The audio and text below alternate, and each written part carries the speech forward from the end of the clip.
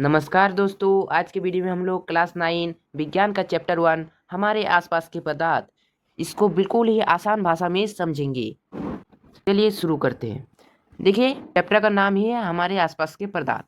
तो इसमें हम लोग को क्या समझना है, पदार्थ है क्या। ठीक है, पदार्थ ही क्या है, पदार्थ को समझते हैं। सबसे पहले देखिए, पदार्थ की परिभाषा क्या होगी। दुनिया की कोई भी वस्तु जो स्थान घेरती हो, जिसका द्रव्यमान होता हो, पदार्थ कहलाता है।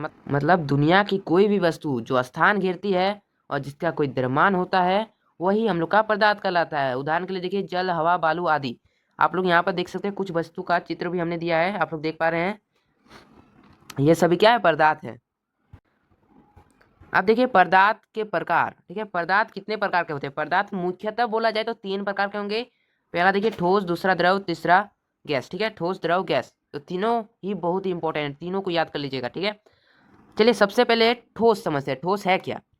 देखिए, ठोस यानी सॉलिड पदार्थ की वह भौतिक अवस्था जिसका आकार एवं आयतन दोनों निश्चित हो, ठोस कहलाता है। यानी पदार्थ की वह भौतिक अवस्था जिसका आकार और आयतन दोनों ही निश्चित हो ना, वो लोग ठोस कहलाता है। ठीक है, उदाहरण के देखिए, लोहा, लकड़ी, बर्फ आदि दिया है। ठीक है, यहाँ पर देख पा रहे हैं एक आकृति दिया है ईंट का। ये क्या है, हम लोग का ठोस है। ठीक है, इसका आकार और आयतन दोनों निश्चित है। अब देखते हैं द्रव। द्रव क्या है।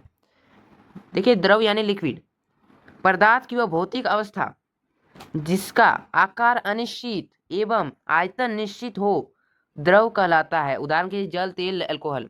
देखिए यहाँ पर एक पानी का बोतल आपको दिख रहा होगा। ठीक है, इसका आकार अनिश्चित है। ठीक है, जल का कभी आकार नहीं होता है, तेल का भी कभी आकार नहीं होता है। उसको जिस बर्तन में डालेंगे उसका आकार ले लेगा, बोतल में डालेंगे बोतल का आकार ले लेगा। तो ठीक है, उसका आकार अनिश्चित होता है लेकिन आयतन जो है वो निश्चित होता है, इसलिए वह द्रव कहलाता है। ठीक है, अब गैस को समझते। ठीक है, गैस क्या है। देखिए, गैस पदार्थ की भौतिक अवस्था जिसका आकार एवं आयतन दोनों ही अनिश्चित हो। ठीक है, दोनों ही अनिश्चित हो, गैस कहलाता है। उदाहरण के लिए हवा, ऑक्सीजन आदि। ठीक है, आकार एवं आयतन दोनों ही अनिश्चित हो, वो गैस कहलाता है। ठीक है, यहाँ पर एक चित्र आपको दिख रहा होगा जिसमें आप लोग देख पा रहे हैं ये गैस है। ठीक है,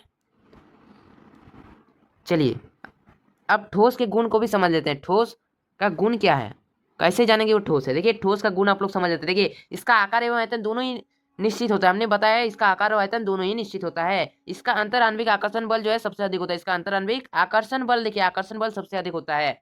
अब देखिए, ठोस में बहाव की प्रवृत्ति नहीं होती है, यानी ठोस जो है वो बहता नहीं है। वो पानी थोड़ा है बह जाएगा। ठोस सॉलिड होता है, कठोर होता है। ठीक है, ठोस। ठीक है, इसका घनत्व बहुत अधिक होता है। ठोस का घनत्व जो है वो बहुत अधिक होता है। अब देखिए, यह कठोर होता है, यह जो है बहुत कठोर होता है। ठोस जो है वो कठोर होगा। अब द्रव का गुण को भी समझ लेते हैं। द्रव का गुण। ठीक है, द्रव का गुण देखिए, इसका आकार अनिश्चित होता है। हमने बताया इसका कोई भी आकार नहीं होता है द्रव का। इसका आयतन निश्चित होता है। इसका आयतन होता है, आयतन निश्चित होता है। ठीक है, द्रव में बहाव की प्रवृत्ति होती है, द्रव जो है वो बहता है। अगला देखिए, द्रव का अंतर आणविक आकर्षण बल ठोस से कम होता है। ठोस का तो सबसे अधिक होता है, इसमें क्या होता है, ठोस से कम होता है द्रव का। ठीक है, अंतर आणविक आकर्षण बल। और यहाँ पर मिस प्रिंटिंग है, इसका घनत्व जो है ना, इसका घनत्व ठोस से कम होता है। ठीक है, इसका घनत्व जो है वो ठोस से कम होता है, ठोस से कम। ठीक है, ठोस से कम होता है, ठोस से कम होता है। ठीक है, यहाँ पर थोड़ा सा मिस प्रिंट हो गया है, इसका घनत्व ठोस से कम होता है। ठीक है, अब गैस के गुण को देखते हैं। गैस का गुण क्या है।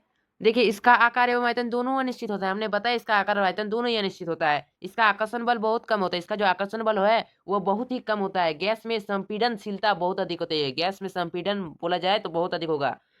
अब देखिए, गैस के कणों के बीच की गति सबसे अधिक होती है। गैस के कणों के बीच का जो गति होता है ना, वो सबसे अधिक होता है गैस के कणों के बीच।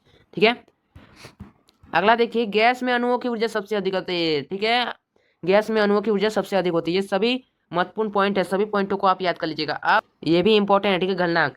देखिए, गलनांक क्या है। देखिए, ठोस जिस ताप पर द्रव अवस्था में बदलता है उसे गलनांक कहते हैं। यहाँ पर देख पा रहे हैं, ये ठोस का चित्र है, बर्फ। ये जिस ताप पर ये बन गया ना, ये जल में, ये ठोस क्या बन रहा है, द्रव में बन रहा है। जिस ताप पर द्रव अवस्था में बदलता है उसे ही गलनांक कहते हैं। तो ये क्या है, गलनांक है। अब देखिए, बर्फ का गलनांक, ये इंपॉर्टेंट पॉइंट है। देखिए, बर्फ का गलनांक 0 डिग्री सेल्सियस होता है। 0 डिग्री में बर्फ क्या है, पिघलने लगता है, यानी 273 केल्विन आप लोग कह सकते हैं। ठीक है, अब देखते हैं क्वथनांक क्या है। देखिए, क्वथनांक द्रव जिस ताप पर गैस अवस्था में बदलता है उसे क्वथनांक कहते हैं। ठीक है, द्रव। ठीक है, द्रव यानी लिक्विड। ठीक है, द्रव जिस ताप पर गैस अवस्था में बदल जाता है, ठीक है, उसी को हम लोग क्या कहते हैं, क्वथनांक कहते हैं। तो एक इंपॉर्टेंट पॉइंट है, इसको आप लोग याद कर लीजिएगा। देखिए, जल का क्वथनांक 100 डिग्री सेल्सियस है। आप लोग अगर 100 डिग्री तक गर्म कर देंगे ना जल, तो जल वाष्प बन के उड़ जाएगा। ठीक है, तो जल का क्वथनांक कितना है 100 डिग्री यानी 373 केल्विन। अब देखते हैं ऊर्ध्वपातन। ऊर्ध्वपातन क्या है, ठीक है, इसको भी समझ लीजिए, बहुत ही इंपॉर्टेंट। देखिए ठोस जिस ताप पर गैस अवस्था में बदलता है उसे ऊर्ध्वपातन कहते हैं, ठीक है। देखिए ये यहाँ पर आप लोग देख पा रहे हैं, ये ठोस का चित्र, ये क्या है, कपूर है, ठीक है। ये सीधा गैस अवस्था में बदल जाता है। कपूर को आग आग लगाते हैं ना, तो द्रव में नहीं, कपूर सीधा ठोस से गैस में बदल जाता है, ठीक है, उसी को ऊर्ध्वपातन कहते हैं, ठीक है। अब देखिए यहाँ पर दिया गया है, देखिए ठोस से द्रव में बदलना है, ठोस से द्रव में बदलना संकलन कहलाता है। देखिए द्रव से गैस में बदलना वाष्पीकरण, और देखिए गैस से ठोस में बदलना निक्षेपण कहलाता है। अब इधर से आप लोग देखते हैं, देखिए द्रव से अगर ठोस बन रहा है तो उसको हम लोग जमना कहते हैं। अब देखिए ठोस से अगर गैस बन रहा है तो उसको ऊर्ध्वपातन हमने बताया। अब देखिए गैस से अगर द्रव बन रहा है तो संघनन कहते हैं, ठीक है। अब देखिए यहाँ पर ये तो बहुत इंपॉर्टेंट है, जो कि आपके बोर्ड एग्जाम के लिए बहुत इंपॉर्टेंट। देखिए यहाँ पर सेल्सियस दिया है, यहाँ पर अच्छे से आप लोग देखिए, यहाँ पर सेल्सियस दिया है, और सेल्सियस को जब आप लोग केल्विन में बदलते हैं ना तो 273 प्लस करते हैं, 273 प्लस करते हैं। सेल्सियस को जब भी केल्विन में बदलेंगे तो 273 प्लस करेंगे, और केल्विन को जब भी सेल्सियस में बदलेंगे तो 273 माइनस करेंगे। ये बहुत ही इंपॉर्टेंट है, ठीक है। यहाँ पर देखिए निम्नलिखित तापक्रम को सेल्सियस में बदलें। यहाँ पर देखिए 573 केल्विन दिया है, इसको क्या बोल रहा है, सेल्सियस में बदलने बोल रहा है। तो कैसे बदलेंगे, यहाँ पर देखिए केल्विन दिया है, तो सेल्सियस में बदलने के लिए हम लोग क्या करते हैं, तो यहाँ पर देखिए 573 जो है, ठीक है, 573 जो है उसमें हम लोग माइनस कर देंगे 273, ठीक है। तो इसको हम देखिए केल्विन को सेल्सियस में बदलेंगे तो हम लोग क्या करते हैं, 273 माइनस करते हैं। तो 573 में अगर 273 माइनस कर देंगे तो हम लोग का कितना आ जाएगा सेल्सियस, 300 डिग्री सेल्सियस हम लोग का आंसर आ जाएगा, ठीक है। अब देखिए नीचे देखिए निम्नलिखित तापक्रम को केल्विन में बदले। यहाँ पर देखिए 50 डिग्री सेल्सियस दिया, उसको हम लोग को क्या बोल रहा है, केल्विन में बदलने को बोल रहा है। तो हम लोग क्या करेंगे, 50 में क्या करेंगे, 273 ऐड कर देंगे, 273 प्लस कर देंगे, ठीक है। आ जाएगा आप लोगों का 320 आपका केल्विन आ जाएगा, ठीक है, 320 आप लोगों का केल्विन आ जाएगा। एक कुछ इसका इंपॉर्टेंट पॉइंट्स को देख लेते हैं। देखिए पहला क्वेश्चन क्या है, गंध, ठंडा प्रेम और ठंडा पेय में कौन पदार्थ है। पदार्थ पूछ रहा है, ठीक है, तो कौन पदार्थ है, ठंडा पेय, ठीक है, कोल्ड ड्रिंक, वो हम लोग का क्या है, पदार्थ है। अगला प्रश्न देखते हैं, देखिए स्नेह, गंध, घृणा और वायु में से कौन पदार्थ है, कौन सा पदार्थ है, इसमें वायु जो हम लोग का क्या है, पदार्थ है। अगला प्रश्न देख सकते हैं आप लोग, क्या है, देखिए पानी, लोहा, चीनी और ऑक्सीजन में इनके कणों के बीच सबसे अधिक दूरी किसमें होगी, ऑक्सीजन में होगी। ठोस में पास पास होता है, आप लोग याद रख लीजिएगा, ठोस में पास पास होता है और गैस में दूर दूर में होता है, ठीक है।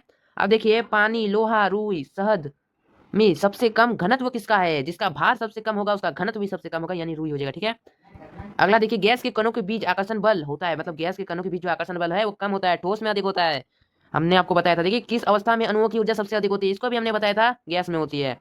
अब देखिए 0 डिग्री सेल्सियस पर जल की भौतिक अवस्था क्या होगी, 0 डिग्री सेल्सियस, तो 0 डिग्री में यहाँ पर ठोस दिया गया है, ठीक है, तो 0 डिग्री में तो वो पिघल जाता है, द्रव हो जाता है, ठीक है। यहाँ पर थोड़ा सा गलत है, ठीक है, यहाँ पर द्रव होना चाहिए, ठीक है। अगला देखिए 250 डिग्री सेल्सियस पर जल की भौतिक अवस्था क्या होगी, गैस ही होगी, 100 डिग्री से ऊपर है यानी गैस में होगा।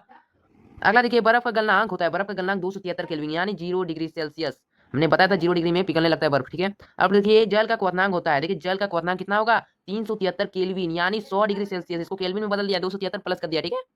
अब देखते हैं गैस में कौन अनिश्चित होता है, गैस में आकार व आयतन दोनों ही अनिश्चित होता है, हमने इसको भी बताया था। अब देखिए ठोस से गैस में परिवर्तन को कहते हैं, देखिए ठोस से गैस में परिवर्तन को ऊर्ध्वपातन कहते हैं। उदाहरण के लिए हमने कपूर का उदाहरण दिया था।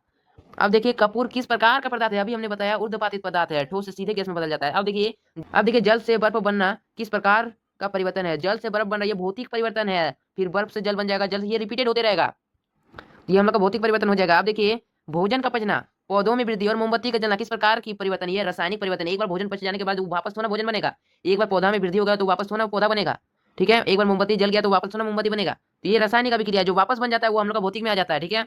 अब देखिए लोहा में जंग लगना किस प्रकार का परिवर्तन है, ये रासायनिक परिवर्तन है, वो वापस थोड़ा लोहा बन जाएगा। अब देखिए 10 डिग्री सेल्सियस तापक्रम को बराबर है, यानी 10 डिग्री में 273 ऐड कर देंगे तो हम लोग का केल्विन निकल जाएगा 283 केल्विन, ठीक है। अब देखिए 573 केल्विन तापक्रम का मान सेल्सियस में क्या होगा, 573 बोल रहा है, तो हम लोग क्या करेंगे, 273 माइनस कर देंगे तो 300 डिग्री सेल्सियस हो जाएगा इसका राइट आंसर। आज के वीडियो में हम लोग क्लास 9 साइंस का चैप्टर 1 हमारे आसपास के पदार्थ, इसका सभी इंपॉर्टेंट पॉइंट्स को कवर किए, जो कि आपके बोर्ड एग्जाम के लिए बहुत ही महत्वपूर्ण है। तो आपको ये वीडियो अच्छा लगा तो लाइक कर दीजिए, अपने दोस्तों को शेयर जरूर कर दीजिए, और आप लोग हमारे चैनल को सब्सक्राइब कर दीजिए अपने क्लास की तैयारी करने के लिए। मिलते हैं नेक्स्ट वीडियो में।